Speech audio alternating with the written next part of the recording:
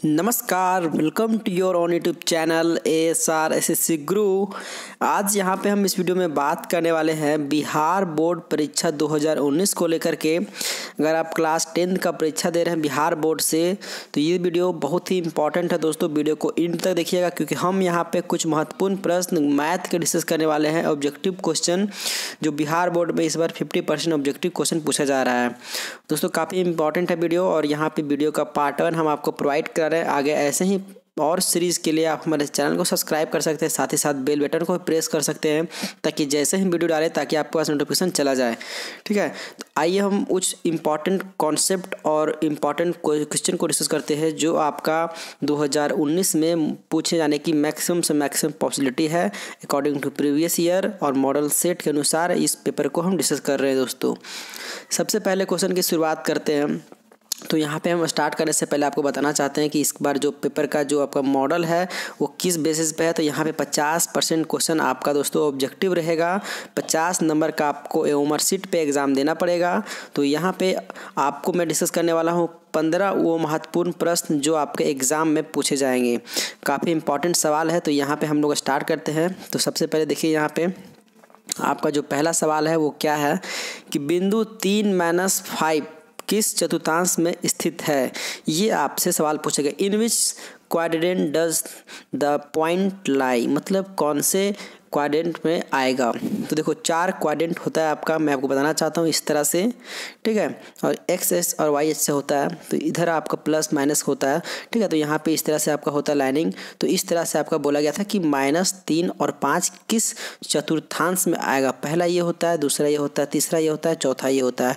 तो यहाँ पे आपने ये सब चीज़ें पढ़ा होगा।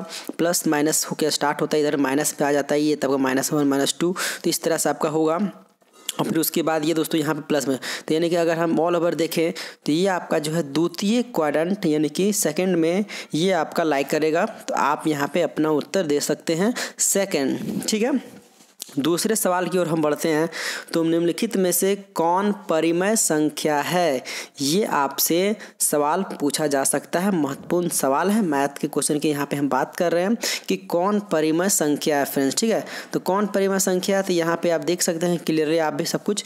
तो यहाँ पे आपका आंसर क्या हो जाएगा फ्रेंड्स, ये आपका हो जाएगा डायरेक्टली आप यहाँ पे देख सकते हैं कि -2 यहाँ पे 2 - √3 √5 2 √3 √3 ये आपके पास कुछ ऑप्शन दिए गए हैं। तो which of the following is rational number. तो इसका राइट आंसर क्या हो जाएगा फ्रेंड्स, सी, यानी कि ये आपका रेशनल नंबर की संख्या में आ जाएगा। कौन एक परिमेय संख्या है, तो ये यहाँ पे राइट आंसर अपना ये क्लिक कर सकते हैं आप। ओके, उसके बाद हम आपको अगले सवाल की ओर लेके चलते हैं। तो एक द्विघात समीकरण का घात होता है। The degree of quadratic equation will be, मतलब कि इसका जो राइट आंसर क्या हो जाएगा +2। इससे ज़्यादा नहीं हो सकता एक द्विघात समीकरण का घात। तो यहाँ पे +2 आप यहाँ पे इजीली अपना आंसर दे सकते हैं दोस्तों। ठीक है, ये सब चीज़ें मैं आपको महत्वपूर्ण क्वेश्चन डिस्कस कर रहा हूँ जहाँ पे मुझे लगेगा कि ये कॉन्सेप्ट मुझे समझाना चाहिए, मैं आपको कॉन्सेप्ट समझा दूंगा। बाकी ये सब चीज़ें आपने पढ़ा होगा तो आप खुद से भी प्रैक्टिस कर सकते हैं इस क्वेश्चन का, ताकि इससे क्या होगा आपका और पकड़ बनेगा दोस्तों हर एक क्वेश्चन पे और आप हर एक क्वेश्चन को आसानी से टेकल कर सकते हैं। चौथा सवाल आपको यहाँ पे है sin square 45 degree plus cos square 45 degree का मान क्या होगा। हम आपको बताना चाहते हैं ट्रिगोनोमेट्री में आपने पढ़ा होगा sin square theta plus cos square theta बराबर 1। ये एक फार्मूला है। यही अगर हम बात करें sine square theta plus cos square theta = 1 और यहीं पे अगर हम कॉस स्क्वायर थीटा की वैल्यू पूछ दें तो आपका क्या हो जाएगा दोस्तों 1 माइनस का साइन स्क्वायर थीटा, क्योंकि ये प्लस से इधर जाएगा इक्वल के बराबर तो माइनस में चला जाएगा। तो यहीं से आपका 2-3 फार्मूला बनता है। तो आप सबसे पहले इस कॉन्सेप्ट को याद कर लीजिए कि sine square theta plus cos square theta = होता है 1। अब ज़रूरी नहीं कि ये थीटा हम बोल रहे हैं तो यहाँ थीटा ही हो, थीटा के जगह पे कुछ भी आप डिग्री यहाँ पे वैल्यू पुट कर सकते हैं, लेकिन याद रखिएगा ये दोनों वैल्यू सेम होने चाहिए।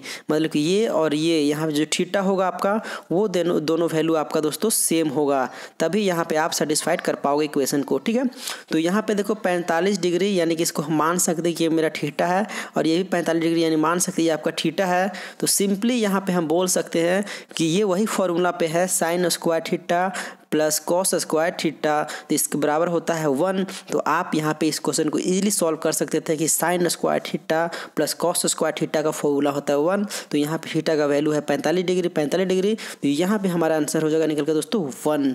तो ये आपका चौथा का बी राइट आंसर हो जाएगा। अगले क्वेश्चन की ओर हम बढ़ते हैं। तो आपका जो 5वां सवाल है वो पूछा गया प्रत्येकता को लेकर के। तो यहाँ पे पूछा गया the maximum value of probability is. ठीक है, तो यहाँ पे देखो जो मैक्सिमम वैल्यू प्रोबेबिलिटी इज, आपने ये सब चीज़ें पढ़ा होगा, तो इसका जो राइट आंसर क्या हो जाएगा दोस्तों, वो हो जाएगा 1, 1 होने की मैक्सिमम संभावना है। ठीक है, उसके बाद आपसे अगला सवाल पूछा गया है पाई है, यानी कि पाई इज़ अ रेशनल नंबर या इंटीजर। तो यहाँ पे आपके पास कई ऑप्शन है, हिंदी में अगर हम बोलें तो परिमेय संख्या, पूर्णांक संख्या, अपरिमेय संख्या। तो ये आपका यहाँ पे छठा का दोस्तों क्या आंसर हो जाएगा, तो ये एक दोस्तों अपरिमेय संख्या है, यानी कि इरेशनल नंबर है। यानी कि पाई क्या है दोस्तों, आपका अपरिमेय संख्या है, यानी कि इरेशनल नंबर है, ना रेशनल नंबर है ना इंटीजर है। तो यहाँ पे इरेशनल नंबर अपरिमेय संख्या है।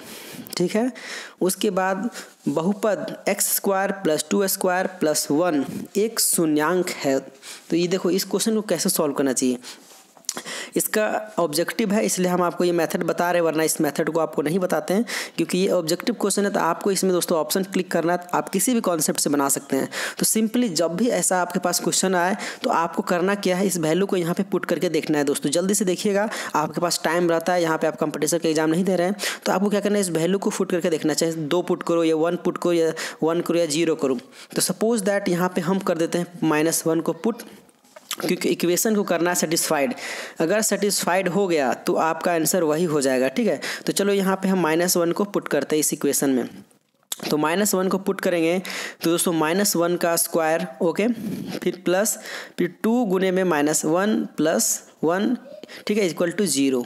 अब हम क्या करेंगे कि यहाँ पे देखो -1 का मैंने स्क्वायर किया था, तो -1 का स्क्वायर हम करेंगे दोस्तों, तो ये आपका क्या हो जाएगा +1, ओके, फिर यहाँ हो जाएगा प्लस। उसके बाद ये -1 इंटू 2, यानी कि यहाँ पे हम फिर डायरेक्टली हमको बोलना पड़ेगा -2 इज इक्वल टू, यहाँ पे ये -1 था, इसको हम इधर लेके गए तो ये +1, ठीक है, सॉरी +1 था तो इधर लेके गए तो -1। तो यानी कि आप देख सकते हैं कि +1 -2 इज इक्वल टू -1। तो यहाँ से आपका इक्वेशन सेटिस्फाइड हो गया क्या, कि ये आपका -1 इज इक्वल टू -1 आ रहा है। तो यानी कि आपका आंसर राइट हो जाएगा दोस्तों -1, ओके। उसके बाद हम लोग अगले सवाल की तरफ बढ़ते हैं। तो आपका अगला सवाल आपसे पूछा जा सकता है, या इम्पोर्टेंट सवाल आपका है, एक वृत्त पर कितने स्पर्श रेखा खींची जा सकती है। इसका राइट आंसर होगा दोस्तों सी, यानी कि कितना भी खींच सकते हैं। सपोज दैट यहाँ पे अगर हम एक वृत्त बनाते हैं तो आप इससे कितना भी स्पर्श रेखा खींच सकते हैं। देखिए अनंत खींचाएगा, जितना आप खींचोगे उतना ही इसको स्पर्श रेखा बोला जाता है। तो मतलब अनंत है, कितना भी आप खींच सकते हैं इसको दोस्तों, इन्फिनाइट। इसको राइट आंसर आप क्लिक कर सकते थे, ठीक है। या फिर कभी भी ऐसा कुछ क्वेश्चन आपको देखने को मिले कोई भी एग्जाम में, तो आप वहाँ पे अनंत बोल सकते हैं। और ये सवाल आपका क्लास 10 के लिए काफ़ी इंपॉर्टेंट है। उसके बाद अगले सवाल की तरफ बढ़ते हम। तो यहाँ पे बोला गया है आपका आंकड़ा 24, 15, 12, 13, 9, 10, 30, इसका परिसर, यानी कि आपको पूछा गया the range of the data will be, ये आपसे पूछा गया है दोस्तों, ठीक है। इसको सॉल्व कीजिएगा, ये आपका लिए एक तरह से होमवर्क है। तो इस क्वेश्चन का जवाब ऐसे ही आप पे बता देते हैं आपको जाते जाते। ये आपका 21 हो जाएगा इसका आंसर। आप इसको सॉल्व करके नीचे कमेंट में बताइएगा कि आपने किस मेथड से इस क्वेश्चन को सॉल्व किया है। अगले सवाल की ओर हम बढ़ते हैं। तो पूछा गया sine 90 minus theta equal to what, ठीक है। तो यहाँ पे देखो साइन 90 माइनस थीटा, ये भी एक फार्मूला है फ्रेंड्स, आपने पढ़ा होगा। Sine 90 minus theta equal to cos theta होता है। तो यहाँ पे आप इजीली इस क्वेश्चन को सॉल्व कर सकते हैं, क्या, कॉस थीटा, ठीक है। ये एक फार्मूला है, ज़्यादातर क्वेश्चन आपका फार्मूला बेस पे ही बन सकता है, क्योंकि 50 क्वेश्चन का ऑब्जेक्टिव लेना है इनको। तो यही सब सवाल आपका पूछा जा सकता है। ज़्यादा क्वेश्चन आपका ज्योमेट्री और ट्रिगोमेट्री से पूछा जाएगा दोस्तों, ठीक है। उसके बाद हम लोग अगले सवाल की तरफ बढ़ते हैं। तो किसी घटना ई के लिए P E plus P E is equal to what, ये आपका प्रोबेबिलिटी का क्वेश्चन है। तो इस क्वेश्चन का आंसर यहाँ पे क्या हो जाएगा दोस्तों 1। इसको सॉल्व कीजिएगा जब, तो यहाँ पे आपका राइट आंसर होगा दोस्तों 1। ओके, नेक्स्ट सवाल की ओर हम बढ़ते हैं। तो यहाँ पे पूछा गया बहुलक 9 10 11 9 10 11 11 5 7 8। देखो इसका बहुलक निकालने का एक फॉर्मूला होता है, लेकिन यहाँ पे हम शॉर्टकट भी डिस्कस करेंगे। मैंने आपको स्टार्टिंग में ही बताया कि मुझे लगेगा इस कॉन्सेप्ट को समझाना चाहिए, तो मैं आपको समझा दूंगा। तो यहाँ पे एक फॉर्मूला तो L plus F1 minus F2 0, उसके बाद 2F1 minus F0 minus F2 गुने H, ये एक फॉर्मूला होता है। लेकिन ये क्वेश्चन जब होता है जब यहाँ पे दोस्तों आपका थोड़ा सा क्वेश्चन का लेवल हार्ड हो जाए, तो ये आपका 6 नंबर का क्वेश्चन पूछा जा सकता है। लेकिन यहाँ पे ये आपका ऑब्जेक्टिव है, तो इस तरह से क्वेश्चन नहीं बनेगा। जो ये कॉन्सेप्ट से क्वेश्चन दिया गया उसी कॉन्सेप्ट से इसको सॉल्व करना है। तो यहाँ पे देखो इसको सॉल्व करने का तरीका क्या होगा। आपको यहाँ पे गिनना है कि कितने बार कौन संख्या है, सबसे ज़्यादा जो संख्या आएगा वही आपका यहाँ पे मॉड हो जाएगा, यानी बहुलक हो जाएगा, ठीक है। 9 देखो कितने बार आया 1, ठीक है, फिर 1 बार 2, उसके बाद यहाँ पे डायरेक्टली काउंट कर लेते हैं हम लोग, ठीक है। तो देखो सबसे ज़्यादा 9 कितने बार आया 1 2, ठीक है, 2 ही बार आया। 10 कितने बार आया 1 2, ठीक है। उसके बाद 11 1 2 3, यानी 3 बार ही आया है। 5 एक बार है, 7 एक बार, 6 एक बार, मतलब कि सबसे ज़्यादा संख्या इसमें किसका है 11 का है। तो ये आपका राइट आंसर होगा दोस्तों। तो यहाँ पे सी आप अपना आंसर क्लिक कर सकते हैं।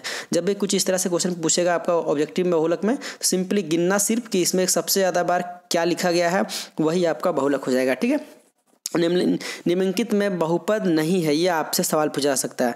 तो 13 का राइट आंसर क्या हो जाएगा दोस्तों सी, यानी कि 3x 5 plus x by 1 by 2 plus 3, ये आपका राइट आंसर हो जाएगा।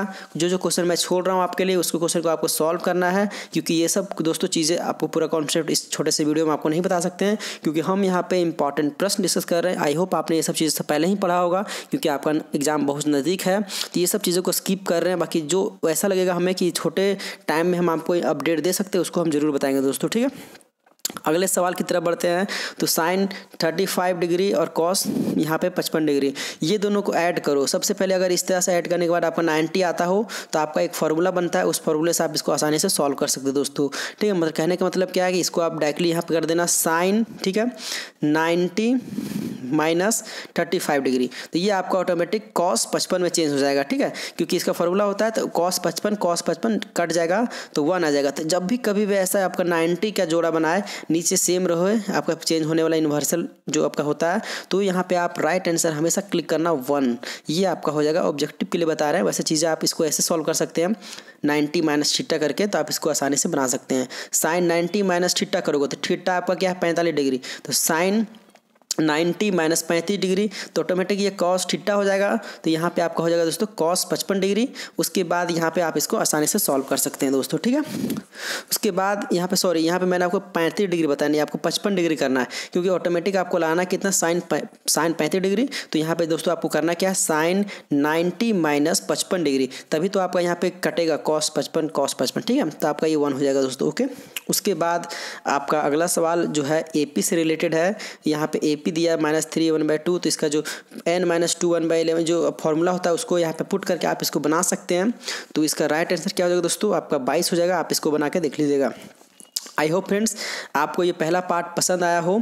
और देखिए कुछ क्वेश्चन इंपॉर्टेंट है, इसलिए हम आपसे लगातार डिस्कस कर रहे हैं, और कुछ क्वेश्चन का कंप्लीट सोल्यूशन आपको नहीं दिए हैं, तो आप स्किप मत कीजिएगा, वीडियो को देखना, सीरीज़ को देखना। वीडियो को लाइक कीजिएगा, पसंद आएगा तो चैनल को सब्सक्राइब कीजिएगा, आगे आने वाले वीडियो को वेट कीजिएगा। अगर आपको जल्दी से वीडियो चाहिए तो हमें कमेंट से बताइएगा दोस्तों। Okay, bye.